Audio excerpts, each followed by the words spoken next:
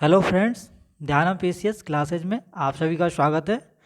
आज के वीडियो में घटना चक्र से चल रही सीरीज आधुनिक भारत के गवर्नर, गवर्नर जनरल एवं वाइसराय के महत्वपूर्ण एमसीक्यू को पढ़ेंगे। इसके पहले हमने इस सीरीज में 2 टॉपिक कंप्लीट कर चुके हैं। यदि आपने नहीं देखा है तो कृपया पहले उसे कंप्लीट कर लें, जो कि 68 बीपीएससी के लिए महत्वपूर्ण है, जहाँ से डायरेक्ट क्वेश्चन हमें देखने को मिलेंगे। आप लोगों को मेरा वीडियो पसंद आ रहा है तो कृपया सब्सक्राइब, शेयर और लाइक कर दें और साथ में बेल आइकन को दबा लें, ताकि आगे आने वाले वीडियो सबसे पहले आपके पास पहुंचे। तो फ्रेंड्स, इस टॉपिक के पहले पार्ट में हमने 1 से 59 क्वेश्चन तक कंप्लीट कर चुके हैं। यह वीडियो का दूसरा पार्ट है। यदि आपने पहला पार्ट कंप्लीट नहीं किया है तो पहले पहला पार्ट कंप्लीट कर लें। तो फ्रेंड्स, अब हम लोग इसके दूसरे पार्ट को देख लेते हैं, जिसमें कि हम लोग 60 क्वेश्चन से शुरू करते हैं। जो कि पहला क्वेश्चन है आज के वीडियो का, भारत में प्रथम रेल लाइन का निर्माण किन नगरों के बीच हुआ था? तो इसका आंसर हो जाएगा बम्बई से थाने के बीच में हुआ था। और ये किसके शासनकाल में हुआ था? डलहौजी के शासनकाल में हुआ था। फ्रेंड्स, भारत में पहली रेलवे लाइन कब से शुरू हुई थी? तो इसका आंसर 1853 ईस्वी में हो जाएगा।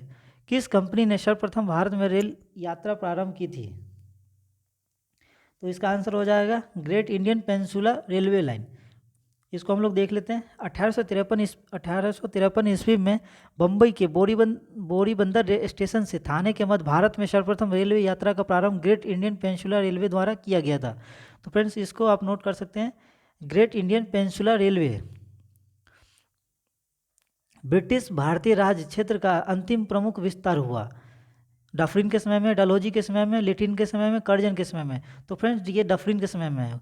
1885 में तृतीय आंग्ल बर्मा युद्ध हुआ और 1 जनवरी 1886 को संपूर्ण बर्मा को ब्रिटिश भारत में मिला दिया गया, जो ब्रिटिश भारतीय राज क्षेत्र का अंतिम प्रमुख विस्तार था। इस समय वाइसराय लॉर्ड डफरिन था। पब्लिक पब्लिक वर्क्स डिपार्टमेंट को 1845 से 1855 के दौरान स्वरूप पब्लिक वर्क्स डिपार्टमेंट को 1845 से 1855 के दौरान स्वरूप देने वाले थे Lord Dalhousie, Cornwallis, Auckland, Hastings. तो डलहौजी से पूर्व सार्वजनिक निर्माण का कार्य एक सैनिक बोर्ड पर था। इस कार्यकाल में पहली बार एक अलग सार्वजनिक निर्माण विभाग बनाया गया और सार्वजनिक उपयोग के लिए यह बहुत सारा धन व्यय किया जाने लगा। तो फ्रेंड्स, यदि आपसे पूछा जाएगा पब्लिक वर्क्स डिपार्टमेंट के दौरान जो स्वरूप आए थे वो किसके शासनकाल में हुआ था? तो वो डलहौजी के शासनकाल में हुआ था। फ्रेंड्स, के नेक्स्ट क्वेश्चन को देख लेते हैं। विधवा पुनर्विवाह अधिनियम किसके शासनकाल में क्रियान्वित किया गया? तो फ्रेंड्स, इसका आंसर लॉर्ड कैनिंग हो जाएगा। इसके पॉइंट्स को देख लेते हैं। ईश्वरचंद विद्यासागर के अथक प्रयासों के फलस्वरूप लॉर्ड कैनिंग, जो कि 18 फरवरी 1856 से 21 के समय 26 जुलाई 1856 को विधवा पुनर्विवाह अधिनियम 1856 अधिनियत हुआ। इस अधिनियम को लॉर्ड डलहौजी के समय प्रारूप और प्रस्तुत किया गया। इस अधिनियम के नियम के थ्रू 15 XB के तहत विधवा विवाह को वैध मान लिया गया और उस विवाह से उत्पन्न हुए बालक वैध घोषित किए गए। तो फ्रेंड्स, आपसे पूछा जा सकता है जो विधवा पुनर्विवाह किसके शासनकाल में हुआ था? तो इसका आंसर लॉर्ड कैनिंग हो जाएगा, जो कि इसका तिथि जो पूछा जाएगा वो 26 जुलाई 1856 के अंतर्गत ये नियम पारित किया गया, विधवा पुनर्विवाह अधिनियम। 1 नवंबर 1858 को महारानी विक्टोरिया का घोषणा पत्र इलाहाबाद में पढ़कर सुनाया गया था। तो ये फ्रेंड लॉर्ड कैनिंग ने सुनाया था। 1857 की महान क्रांति का सबसे महत्वपूर्ण परिणाम था महारानी की उद्घोषणा। यह उद्घोषणा 1 नवंबर 1858 को इलाहाबाद में हुए दरबार में भारत के प्रथम वाइसराय लॉर्ड कैनिंग द्वारा उद्घोषित की गई थी। तो फ्रेंड्स, आपसे ये भी क्वेश्चन पूछा जा सकता है, भारत के प्रथम वाइसराय कौन थे? तो ये लॉर्ड कैनिंग हो जाएगा। निम्न में से कौन एक भारत का प्रथम वाइसराय था? फ्रेंड्स, हमने ऊपर के क्वेश्चन में अभी एक्सप्लेन करा है, वही क्वेश्चन आपका रिपीट हो रहा है, जो कि लॉर्ड कैनिंग होगा। 1 नवंबर 1858 को महारानी विक्टोरिया को घोषणा पत्र पढ़कर सुनाया था लॉर्ड कैनिंग ने। वो कौन से स्थान पर हुआ था? तो इलाहाबाद। नेक्स्ट क्वेश्चन को देख लेते हैं। अपने पुत्र के स्थान पर अपने पुत्र के स्थान पर दूसरे उत्तराधिकारी को गोद लेने के अधिकार को पुनः स्थापित किया। 1858 के भारत सरकार के अधिनियम और लॉर्ड कैनिंग ने 1860 में सनद के जारी किए गए थे 1858 की सामग्री की घोषणा से। तो फ्रेंड इसका आंसर 1858 की सामग्री की घोषणा से। इसके पॉइंट्स को देख लेते हैं। महारानी की उद्घोषणा 1 नवंबर 1858 को इलाहाबाद में हुए दरबार में लॉर्ड कैनिंग द्वारा उद्घोषित की गई। इसमें भारतीय देशी राज्यों के प्रति नीति को भी व्यापक रूप से परिवर्तित किया गया और ब्रिटिश साम्राज्य के लिए संभावित किसी संकटपूर्ण स्थिति से बचाव के लिए उनका प्रयोग करने हेतु उन्हें तैयार किया गया। विजय और विलय की नीति का पूर्णतः परित्याग कर दिया गया और देशी राजाओं के शासक को उत्तराधिकारी गोद लेने की अनुमति दी गई। तो फिर इसमें कहा जा रहा है कि महारानी की जो उद्घोषणा 1 नवंबर 1858 को इलाहाबाद में हुए थे, उसमें देशी राजाओं की भी नीति का भी ध्यान रखा गया और जो उनके उत्तराधिकारी हैं उनको गोद लेने की अनुमति दी गई थी। और ये किसके शासनकाल में हुए थे? लॉर्ड कैनिंग के शासनकाल में। महारानी विक्टोरिया को भारत की सामग्री नियुक्त किया गया। तो 1877 राजश्री उपाधि अधिनियम रॉयल टाइटल्स एक्ट जो कि ब्रिटिश संसद द्वारा 1876 में पारित किया गया। इस अधिनियम के तहत महारानी विक्टोरिया को 1 जनवरी 1877 को दिल्ली दरबार में भारत की सामग्री घोषित किया गया। इस प्रकार सम्राट एडवर्ड 17 को वर्ष 1903 में तथा जॉर्ज 5 को वर्ष 2011 में भारत का सम्राट घोषित किया गया। निम्नलिखित में से किस गवर्नर जनरल ने दास प्रथा को समाप्त किया गया था? तो ये लॉर्ड एलन बरोन है। फ्रेंड, तो ये क्वेश्चन इम्पोर्टेंट है जो कि आपके एग्जाम में पूछा जा सकता है कि जो भारत में दास प्रथा को समाप्त किसने किया था? तो लॉर्ड एलन बरोन है। 1843 के एक्ट 5 के द्वारा भारत में तत्कालीन गवर्नर जनरल लॉर्ड एलन बरोन ने दास प्रथा का उन्मूलन किया। इसका कार्यकाल 1842 से 44 तक था। तो दास प्रथा का अंत किसने किया था? तो लॉर्ड एलन बरोन ने किया था, जो कि 1842 से 44 के बीच में गवर्नर जनरल था। निम्न युग्मों में से कौन सा एक सही सम्मिलित है? लॉर्ड कॉर्नवालिस अस्थायी बंदोबस्त, लॉर्ड वेलजली चतुराई निष्क्रियता, लॉर्ड डलहौजी सहायक संधि, लॉर्ड कैनिंग भारतीय राष्ट्रीय कांग्रेस की स्थापना।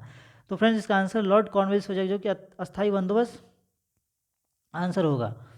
इसमें लॉर्ड कॉर्नवालिस ने 1793 इसमें अस्थायी बंदोबस्त प्रणाली लागू की गई थी, जबकि चतुराईपूर्ण निष्क्रियता की नीति जॉर्ज लॉरेंस और सहायक संधि जो था वो लॉर्ड वेलजली ने करा था, वो भी अपने आप को सुरक्षित करने की वजह से सहायक संधि की गई थी। व्यापक का सिद्धांत लॉर्ड डलहौजी से संबंधित है और भारतीय राष्ट्रीय कांग्रेस की स्थापना ए ह्यूम ने लॉर्ड डफरिन के कार्यकाल में किया था। निम्नलिखित में से किसका सुमेल नहीं है? लॉर्ड कॉर्नवालिस जो कि अस्थायी, लॉर्ड वेलजली सहायक संधि, लॉर्ड डलहौजी व्यापक का सिद्धांत, लॉर्ड कैनिंग उच्चतम निष्क्रियता। तो फ्रेंड्स का आंसर डी हो जाएगा, जो कि गलत है। और क्वेश्चन का आपने एक्सप्लेन ऊपर के क्वेश्चन में आपने देख लिया है, तो आप उसको रिपीट कर सकते हैं। अस्थायी बंदोबस्त किसके शासनकाल में प्रारंभ किया गया था? तो लॉर्ड कॉर्नवालिस के शासनकाल में। निम्नलिखित में से सही सम्मिलित कीजिए। लॉर्ड कॉर्नवालिस अस्थायी बंदोबस्त, वेलजली सहायक संधि, लॉर्ड हेस्टिंग्स द्वितीय आंग्ल मराठा, लॉर्ड विलियम बेंटिंग 1829 का 17वां रेगुलेशन। तो फ्रेंड्स का आंसर द्वितीय आंग्ल मराठा युद्ध होगा, जो कि सुमिलित नहीं है। द्वितीय आंग्ल मराठा युद्ध जो था ना, वो 1803 से 1805 के बीच वेलजली के काल में हुआ था। लॉर्ड हेस्टिंग्स के काल में तृतीय तथा अंतिम आंग्ल मराठा युद्ध हुआ था, जो कि 1817 से 1818 ईस्वी में हुआ था। तृतीय आंग्ल मराठा युद्ध जो हुआ था लॉर्ड कैनिंग के पश्चात पेशवा की गद्दी 1818 ईस्वी में समाप्त कर दी गई और पश्चिमी भारत में स्थित पेशवा का समस्त प्रदेश बम्बई प्रेसिडेंसी में शामिल कर लिया गया। और इसके अतिरिक्त कंपनी जो था बुंदेलखंड, मालवा और शेष भारत पर राजनीतिक अधिकार कर लिया गया। पेशवाई को कब समाप्त कर लिया गया? तो ये 1818 ईस्वी में कर दिया गया, जो कि तृतीय आंग्ल मराठा युद्ध के पराजय के पश्चात ही किया गया था। इसके नेक्स्ट क्वेश्चन को देख लेते हैं। निम्नलिखित में से किसने राजपूताना की देशी रियासतों के साथ वर्ष 1817-1818 की अधीनस्थ संधि की बातचीत की थी? तो चार्ल्स मेटकॉफ ने राजपूताना की रियासतों के साथ वर्ष 1817 से 1818 की अधीनस्थ संधि की वार्ता चार्ल्स मेटकॉफ ने की थी।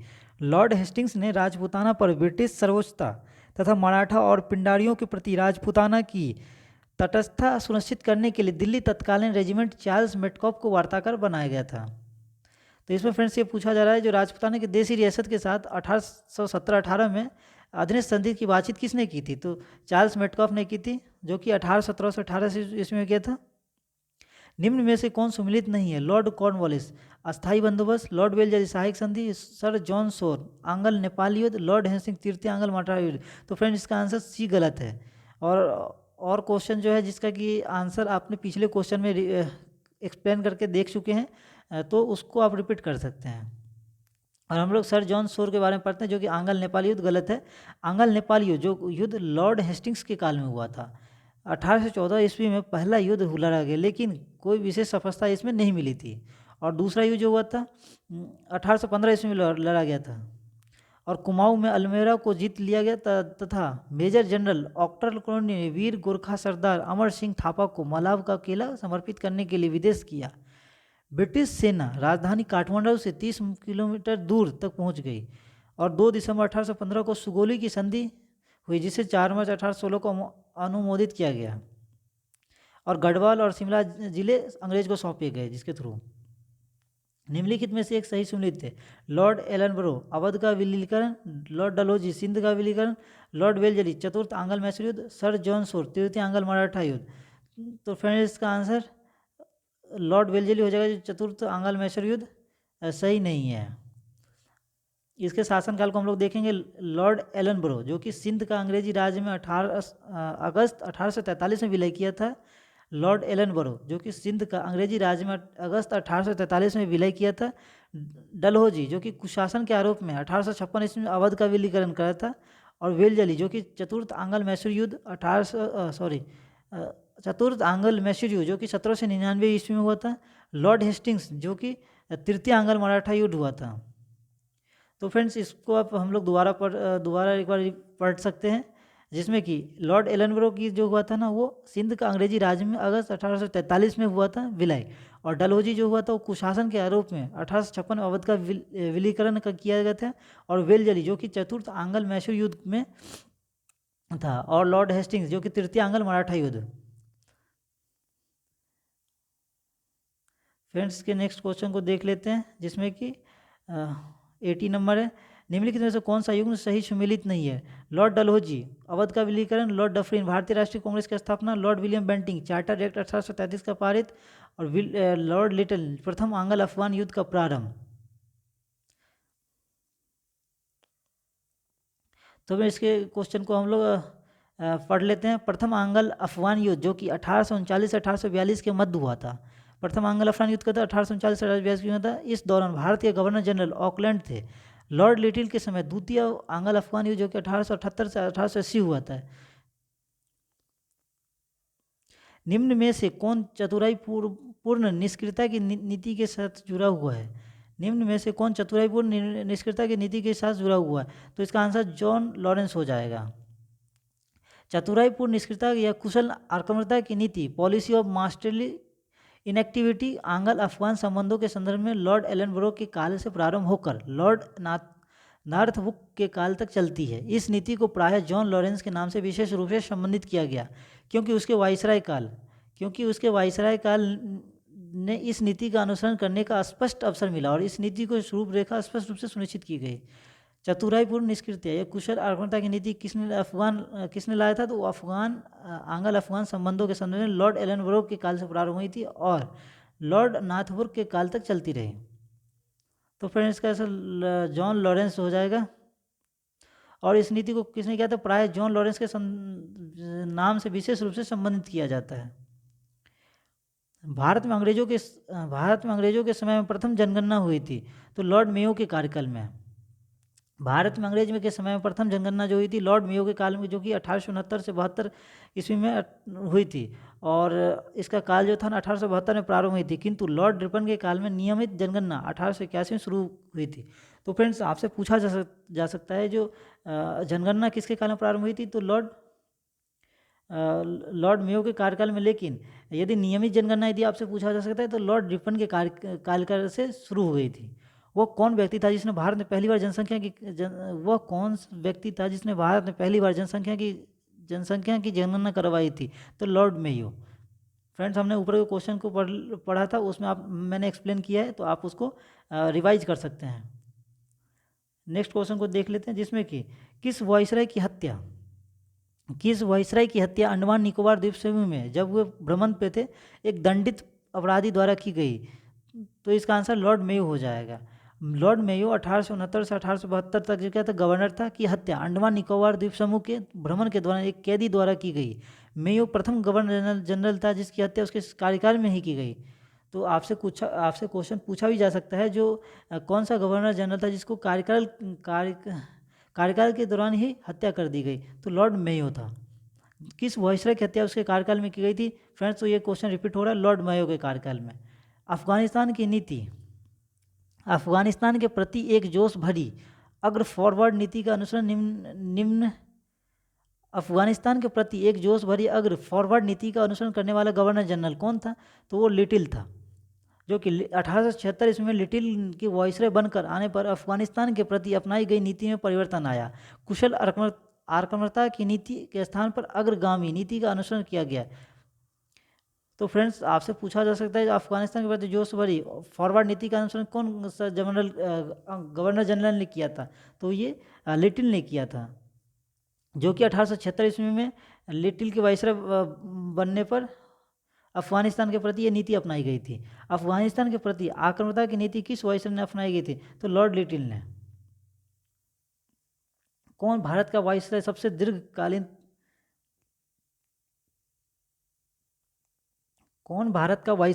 दीर्घकाल तक रहा था? तो ये लॉर्ड कर्जन रहे थे, जो कि 7 साल तक रहे थे। इसके कार्यकाल को हम लोग एक बार पढ़ लेते हैं। ब्रिटिश वायसराय में भारत के विषय में सर्वाधिक जानकारी रखने वाले वायसराय लॉर्ड कर्जन थे, जो कि 1899 से 1905 ईस्वी तक रहे। लॉर्ड डफरिन, जो कि 1884 से 1888। लॉर्ड हार्डिंग, जो कि 1910 से 1916। लॉर्ड मेयो, जो कि 1869 से 1872 ईस्वी तक रहे थे। तो फ्रेंड, इस चार्ट को आप लोग रिवाइज कर सकते हैं, जिससे कि इसके कार्यकाल आप याद रख सकते हैं। भारत में स्थानीय स्वायत्तशासी संस्थाएं, जो कि 1882 में सशक्त की गई थी, तो ये लॉर्ड रिपन द्वारा। 1880 ईस्वी में इंग्लैंड में ग्लैडस्टोन के नेतृत्व में उदारवादी दल सत्ता में आया। ग्लैडस्टोन यूरोप में स्वतंत्रता के समर्थक था। उसने अपनी भारत के प्रति नीति इन शब्दों में वर्णन किया: हमारा भारत में रहने का अधिकार इस तर्क पर है कि हमारा वहाँ रहना भारतीयों के लिए हितकर और साथ ही यह भारतीय यह अनुभव करे या हितकर। इस दौरान रिपन को वायसराय पद के लिए चुना गया। और क्या हुआ था? रिपन के कार्यकाल में सबसे महत्वपूर्ण कार्य होता है स्थानीय स्वशासन पर सरकारी प्रस्ताव था। रिपन देश की नगर पालिकाओं को विकसित करना चाहता था। उसके अनुसार इनसे ही देश की राजनीतिक शिक्षा प्रारंभ होती है। इस प्रस्ताव के तहत ग्रामीण प्रदेशों में स्थानीय बोर्डों की स्थापना की गई। प्रत्येक जिले में जिला उपभोग, तालुका अथवा तहसील बोर्ड बनाने की आज्ञा हुई। नगरों में नगर पालिका स्थापित की गई। इस स्थानीय संस्थाओं को निश्चित कार्य तथा आगे के लिए साधन किया गया।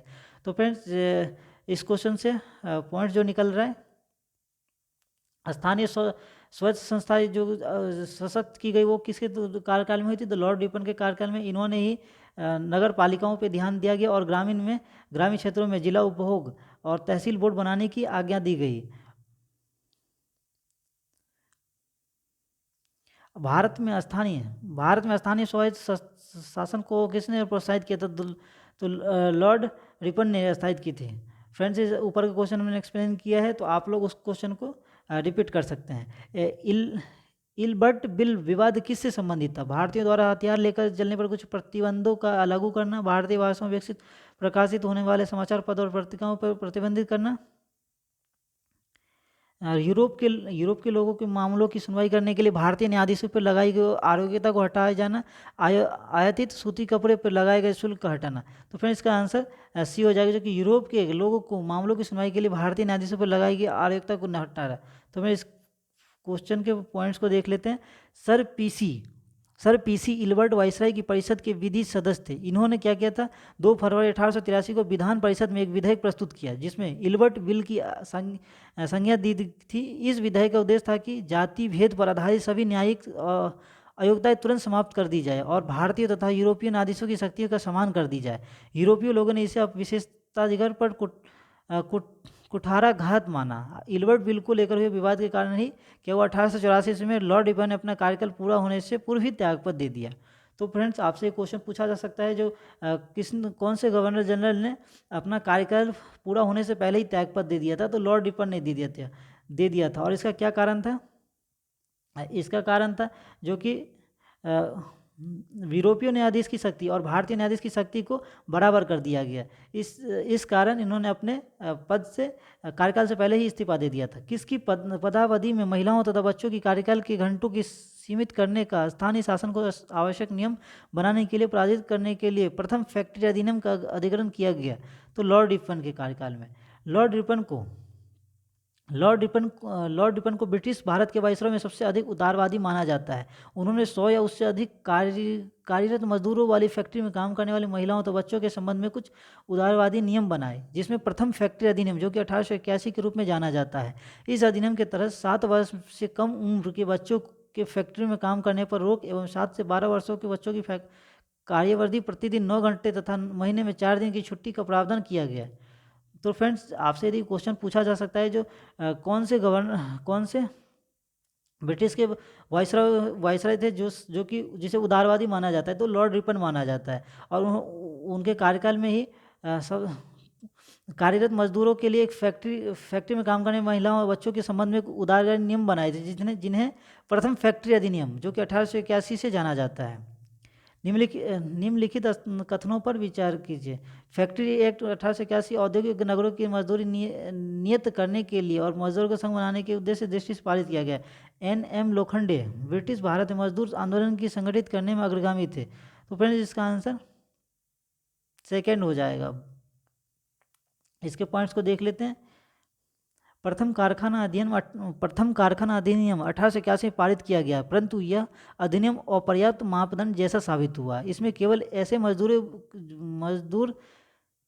मजदूर जो बच्चे थे उन्हें की सुरक्षा से संबंधित प्रावधान बनाया गया। इस अधिनियम में महिला मजदूरों से संबंधित कोई प्रावधान नहीं बनाया गया, अतः इस अधिनियम से मजदूर सामान्यतः निराश थे। N.M. लोखंडे भारत में मजदूर आंदोलन संगठित करने में अग्रगामी थे। 19वीं शताब्दी में वे न केवल हथकरघा एवं कपड़े की मिलों में मजदूरों की दयनीय स्थिति सुधार करने के लिए याद किए जाते हैं, बल्कि जाति एवं संप्रदाय जैसे मुद्दे पर भी उन्हें साहसिक पहल की। तो फ्रेंड्स, इस पॉइंट को आप नोट कर सकते हैं। N.M. लोखंडे जो कि मजदूर और आंदोलन संगठित से जुड़े हुए थे, और उन्होंने न केवल हथकरघा एवं कपड़ों के लिए मजदूरों की दयनीय स्थिति में सुधार किया, बल्कि जाति एवं संप्रदाय जैसे मुद्दे पर भी उन्होंने काम किया था। निम्नलिखित में से किसे भारत में स्थानीय स्वायत्त शासन का जनक माना जाता है? तो लॉर्ड रिपन को। निम्नलिखित में से कौन सा युग सही सुमिलित नहीं है? स्थानीय स्वशासन, लॉर्ड लिटन सहायक संधि, लॉर्ड वेल्जली राज्य अपहरण नीति, लॉर्ड डलहौजी अस्थायी बंदोबस्त, लॉर्ड कॉर्नवालिस। तो फ्रेंड्स, इसका आंसर एक गलत है, इसके अलावा सभी सही है, जो कि स्थानीय स्वशासन लॉर्ड लिटन के कार्यकाल में नहीं हुआ था। सूची 1 और 2 को मिलाइए और नीचे के दिए गए कोट में सही उत्तर को चुनिए। क्लाइव प्रेस पर से संबंध हटाना, बेंटिक बंग विभाजन, चार्ल्स मेटकाफ बंगाल में दोहरा शासन, कर्जन अंग्रेजी शिक्षा। तो फिर इसके पॉइंट्स को देख लेते हैं। क्लाइव ने क्या किया था? 1765 में बंगाल में द्वैत शासन प्रणाली लागू की गई थी, और बेंटिक के कार्यकाल में मैकाले द्वारा आधुनिक शिक्षा की नींव रखी गई थी। अपने प्रस्तावों में मैकाले की यह योजना एक ऐसा वर्ग बनाया जो रंग तथा रक्त से भी भारतीय हो, परंतु प्रवृत्ति, नैतिकता और बुद्धि से अंग्रेज हो। मैकाले का विचार 7 मार्च 1835 को एक प्रस्ताव द्वारा अनुमोदित कर दिया गया, जिसमें निश्चय हुआ कि उच्च स्तरीय प्रशासन की भाषा अंग्रेजी होगी। चार्ल्स मेटकाफ ने क्या की थी? प्रेस से प्रतिबंध हटाया गया था, इसलिए समाचार पत्रों को मुक्तिदाता कहा जाता है। कर्जन के काल में वर्ष 1905 में बंगाल का विभाजन हुआ। तो फ्रेंड्स, इसमें 3-4 पॉइंट नोट करने के लिए, जो बंगाल का विभाजन किन के कार्यकाल में हुआ था? तो कर्जन के कार्यकाल में 1905 ईस्वी में। और मैकाले द्वारा क्या किया था? शिक्षा नीति लाया गया था, जो कि 7 मार्च 1935 में लाया गया था। और चार्ल्स मेटकाफ ने क्या किया था? प्रेस से प्रतिबंध हटाया था, और इसलिए उसे समाचार पत्रों का मुक्तिदाता कहा जाता है। सूची 1 और सूची में मिलाइए और नीचे देखिए कूट में सही उत्तर का चुनिए। लॉर्ड डलहौजी, सती प्रथा का निषेध। लॉर्ड विलियम बेंटिंग, स्वायत्त शासन। लॉर्ड रिपन, बंगाल का विभाजन। लॉर्ड कर्जन, व्यापक का सिद्धांत। तो फ्रेंड इसका आंसर लॉर्ड डलहौजी जो हो गया व्यापक का सिद्धांत। इस क्वेश्चन को हम लोग पॉइंट्स के माध्यम से समझते हैं। व्यापक का सिद्धांत, व्यापकत का सिद्धांत लॉर्ड डलहौजी के कार्यकाल में हुआ था, जो कि 1848 से 1856 से हुआ था, जिसमें कि सतारा, जैतपुर, संबलपुर, बगात, उदयपुर, झांसी एवं नागपुर विलय कर ली गई। और विलियम बेंटिक के कार्यकाल में 1829 में 17वें नियम द्वारा सती प्रथा का अंत किया गया था। और लॉर्ड रिपन के कार्यकाल में क्या हुआ था, स्थानीय स्वशासन पर सरकारी प्रस्ताव हुआ था। और बंगाल विभाजन 1905 में कार्यकाल कर्जन के समय में हुआ था। तो फ्रेंड्स यहाँ से आप लोग इसको क्वेश्चन को मैच कर सकते हैं। इसके नेक्स्ट क्वेश्चन को हम लोग देख लेते हैं, जिसमें कि निम्नलिखित में से कौन सी गवर्नर जनरल और घटना सम्मिलित कीजिए। निम्नलिखित में कौन सी जोड़ी गवर्नर घटना सम्मिलित है। Lord Cornwallis regulating act, Lord वेलजेर स्थानीय बंदोबस्त, लॉर्ड एलनबरो सिंह का विलय, लॉर्ड डलहौजी प्रथम अफगान युद्ध। तो फ्रेंड इसका आंसर सी ऑप्शन सही, जो कि लॉर्ड एलनबरो सिंध का विलय किया था, और वो 1843 ईस्वी में किया गया था, जो कि आप डेट के माध्यम से याद रख सकते हैं। भारतीय पुरातत्व सर्वेक्षण की स्थापना किस काल में हुई थी, तो लॉर्ड कर्जन के काल में हुई थी। भारत में पुरातन सर्वेक्षण संबंधी प्रयास 1784 में कलकत्ता में विलियम जोन्स द्वारा एशियाटिक सोसाइटी की स्थापना के साथ प्रारंभ हुआ था, जो कि 1861 ईस्वी में लॉर्ड कैनिंग द्वारा एलेक्जेंडर कनिंघम को प्रथम पुरातत्विक सर्वेक्षण नियुक्त किया गया। और 1871 ईस्वी में पुरातत्विक सर्वेक्षण के लिए सरकार में अलग विभाग बनाया गया था। और लॉर्ड कर्जन के कार्यकाल, जो कि 1899 से 1905 के दौरान वर्ष 1901 में भारतीय पुरातत्व सर्वेक्षण का एकीकृत एवं केंद्रीकृत स्वरूप द्वारा जॉन मार्शल को इसका महानिदेशक नियुक्त किया गया था। भारतीय पुरातत्व सर्वेक्षण की स्थापना हुई थी, तो ये लॉर्ड कर्जन के काल में हुई थी। निम्न में से किसने पुरातत्व सर्वेक्षण विभाग की स्थापना की थी। तो फ्रेंड्स इस क्वेश्चन का जो आंसर होगा, 1871 ईस्वी में पुरातत्व सर्वेक्षण विभाग बनाया गया। उस समय गवर्नर कौन था, जनरल अल्फ मयो था, तथा ड्यूक ऑफ अग्रिल सेक्रेटरी ऑफ स्टेट थे।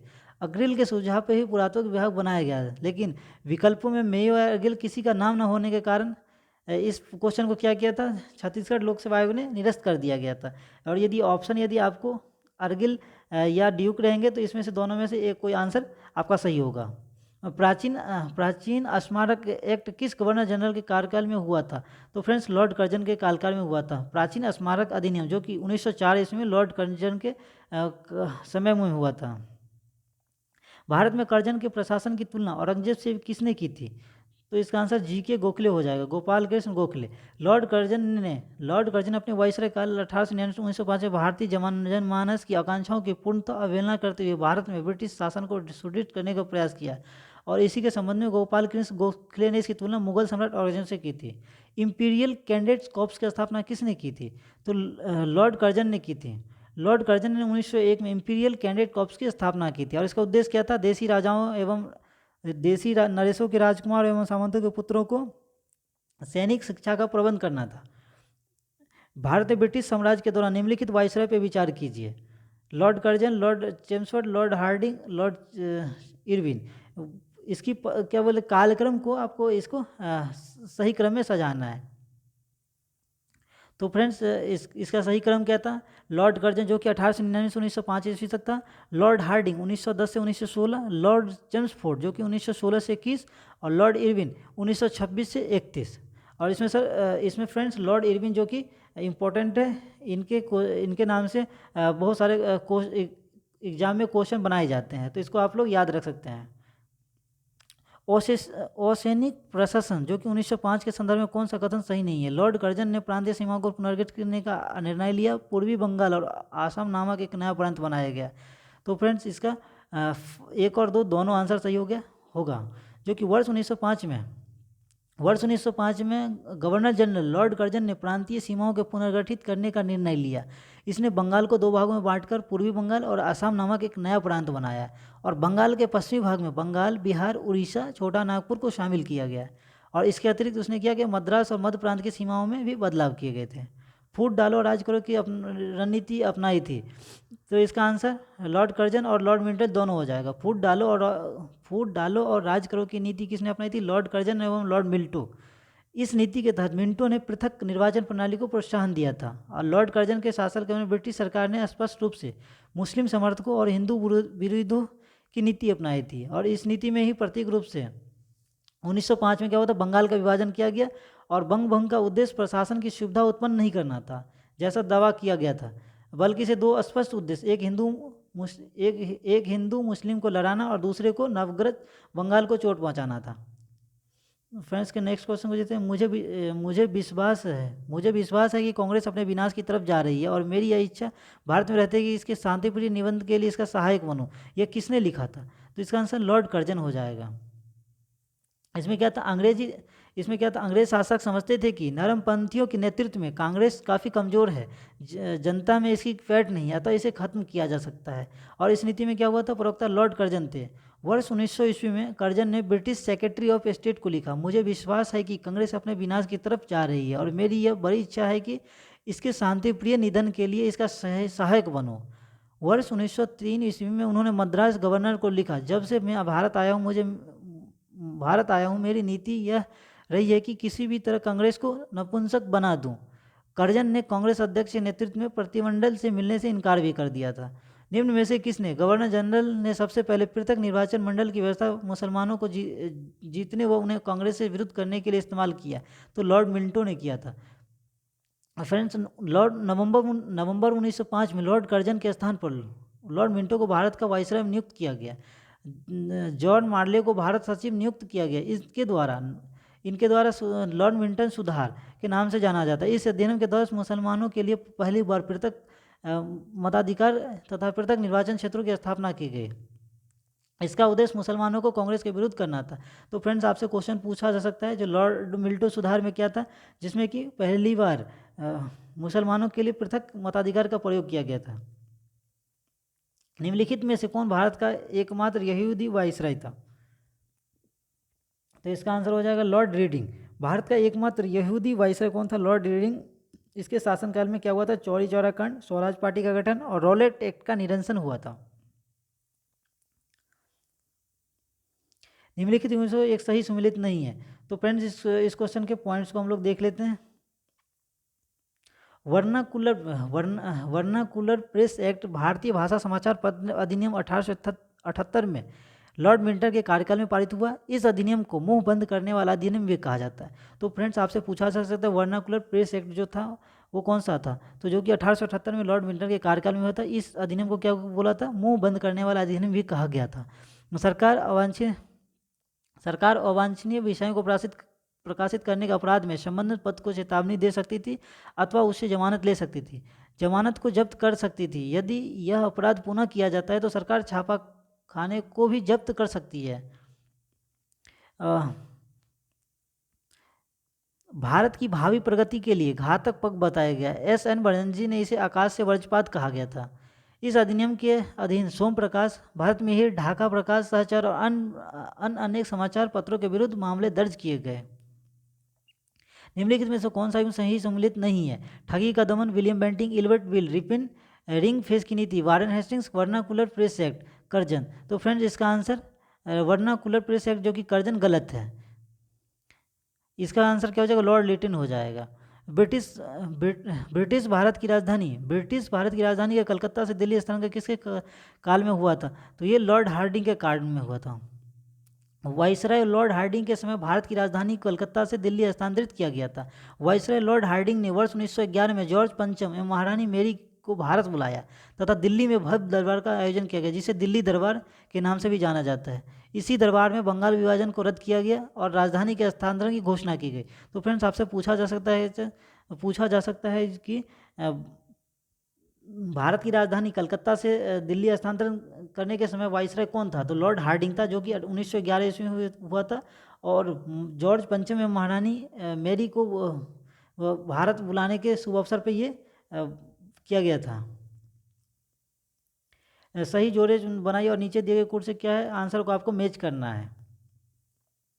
तो फ्रेंड्स हम लोग इसको पॉइंट्स के माध्यम से समझ लेते हैं। हड़प की नीति जो थी वो डलहौजी के शासनकाल में हुई थी। बंगाल का विभाजन लॉर्ड कर्जन के शासनकाल में। बंगाल में दोहरा शासन क्लाइव के शासनकाल में। सामाजिक सुधार जो कि बेंटिंग के शासनकाल में हुई थी। सूची 1 और 2 को सम्मिलित कीजिए। फ्रेंड्स इस क्वेश्चन को भी हम लोग पॉइंट्स के माध्यम से हम लोग समझ लेते हैं,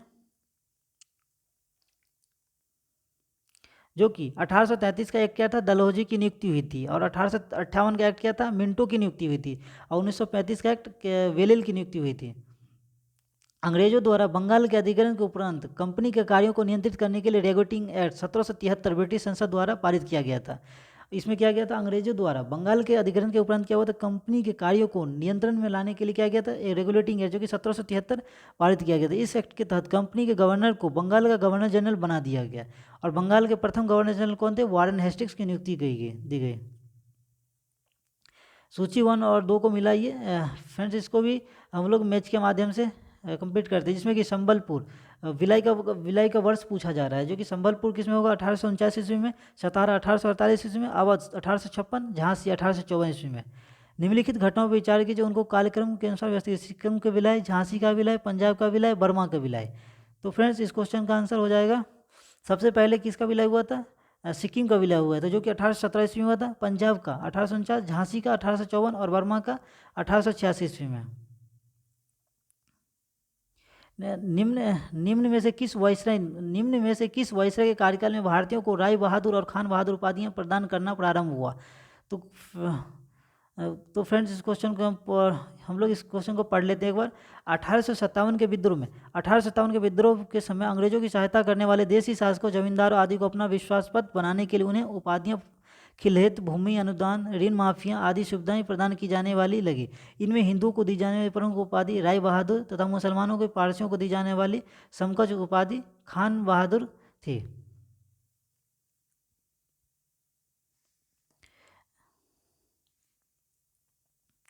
तो फ्रेंड्स इस टॉपिक के पूरे क्वेश्चन कंप्लीट कर लिए गए हैं। आप लोग इस टॉपिक को रिवीजन बार बार कर सकते हैं, क्योंकि इस टॉपिक से बार बार एग्जाम में क्वेश्चन पूछे जाते हैं। आशा करता हूँ फ्रेंड्स जो ये हमारा वीडियो आपको पसंद आया होगा, तो कृपया सब्सक्राइब और शेयर कर दीजिए, साथ में लाइक कर दीजिए, जिससे कि हमें एक मोटिवेट मिलता है एक नए वीडियो बनाने के लिए। तो फ्रेंड्स मिलते हैं नए वीडियो में, तब तक के लिए धन्यवाद।